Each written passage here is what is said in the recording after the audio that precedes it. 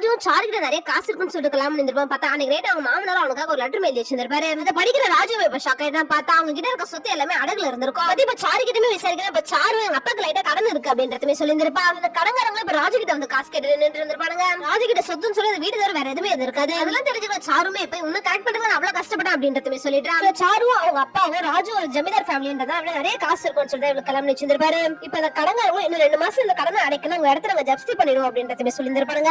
ராஜு எப்படி ஈஸியா சம்பாதிக்குதுன்னு யோசிச்சுட்டு இருப்பான். அப்பதான் அவனுக்கு கூட இருக்காங்களோ அந்த ஊர்ல பிரசிடென்ட் எலெக்ஷன் வரப்போகுது, அதுல மட்டும் நீ ஜெயிச்சிருந்தா கண்டிப்பா நிறைய காசு கிடைக்கும் அப்படின்றதுமே சொல்லியிருப்பாங்க. அதனால ராஜு அந்த எலெக்ஷன்ல நிக்கலாம் சொல்லி முடிவு எடுத்துட்டு அதுக்கான ப்ராசஸ் பண்ணிட்டு இருந்திருப்பான். சாருவும் அவரோட ஹஸ்பண்ட் இந்த எலெக்ஷன்ல வின் பண்ணா அவங்களுக்கு இருக்க எல்லா பிரச்சனையும் சால்வ் ஆயிடும்ன்றதுனால இப்ப அவளுமே அவனுக்கு சப்போர்ட் பண்ணிட்டு இருந்திருப்பான். அந்த ஊர்ல ராஜுக்கு எந்த ஒரு சப்போர்ட்டுமே இருந்திருக்காது. அதனால இப்ப ராஜுவும் ஏரியால இருக்க பிரச்சனை டான்ஸ் ஆடி பாட்டு பாடி ரீல்ஸ் போட்டுருப்பா. அது பயங்கர ட்ரெண்ட் ஆயிட்டு இருக்கும். அந்த ரீல்ஸ் பயங்கரமா ட்ரெண்ட் ஆனதுனால அந்த ஏரியால ஆல்ரெடி பிரசிடென்டா இருந்தவருக்கு பிரஷர் வர ஆரம்பிச்சிட்டு இருக்கும். அதனால அந்த ஊர்ல இருந்த எல்லா பிரச்சனையும் இப்ப அவர் சரி பண்ணி கொடுத்திருப்பாரு. ராஜுவால தான் அந்த எல்லா மாற்றமும் நடந்திருக்கும்ன்றதால அந்த ஊர் மக்கள் இப்ப ராஜு நம்ப ஆரம்பிச்சிட்டு இருப்பாங்க. அந்த ஊரோட பிரசிடென்ட்டுமே ராஜுவை கூப்பிட்டு இதுக்கப்புறம் எந்த பிரச்சாரமும் பண்ணக்கூடாது, சொல்ற மாதிரி நீ எனக்கு வீடியோ எடுத்து கொடுத்தா ஒரு 20 கோடி அமௌண்ட் தர அப்படின்றதுமே சொல்லியிருப்பாரு. ராஜு காசுக்காக தான் அந்த எலெக்ஷன்ல நின்றுப்பான்றதால இப்ப அந்த காசு வாங்கத்துமே ஓகே சொல்லிடுறான். ராஜுவும் இந்த ஊர்ல இருக்கவங்க டான்ஸ் ஆடி பாட்டு பாடி எது சொல்ல நம்பிட்டாங்க அப்படின்னு சொல்லி பேசி இருந்திருப்பா. இதெல்லாம் வீடியோவே எடுத்து பிரசிடென்ட்டுமே அனுப்பி அந்த காசு இப்ப வாங்கிட்டு வந்துடுறான். அந்த பிரசிடென்ட்டுமே ராஜுவோட வீடியோ நியூஸ் சேனலே போட்டு ராஜுவோட நேம் பயங்கரமா டேமேஜ் பண்ணி விட்டுட்டாரு. ராஜு அந்த காசு வச்சு இப்ப கடன்லாம் அடிச்சிட்டு இருப்பான். அந்த எலெக்ஷனே நடந்து முடிஞ்சிட்டு இருக்கும். அதுக்கான ரிசல்ட்டுமே எண்ணிட்டு இருந்திருப்பாங்க. அப்ப பார்த்தா ராஜு தான் அந்த எலெக்ஷன்ல வின் பண்ணிருப்பான். அதை தெரிஞ்சுக்கிற அந்த பிரசிடென்ட்டோட பையனும் இப்ப பயங்கரமா கடப்பாயிட்டான். ஆக்சுவலா ராஜு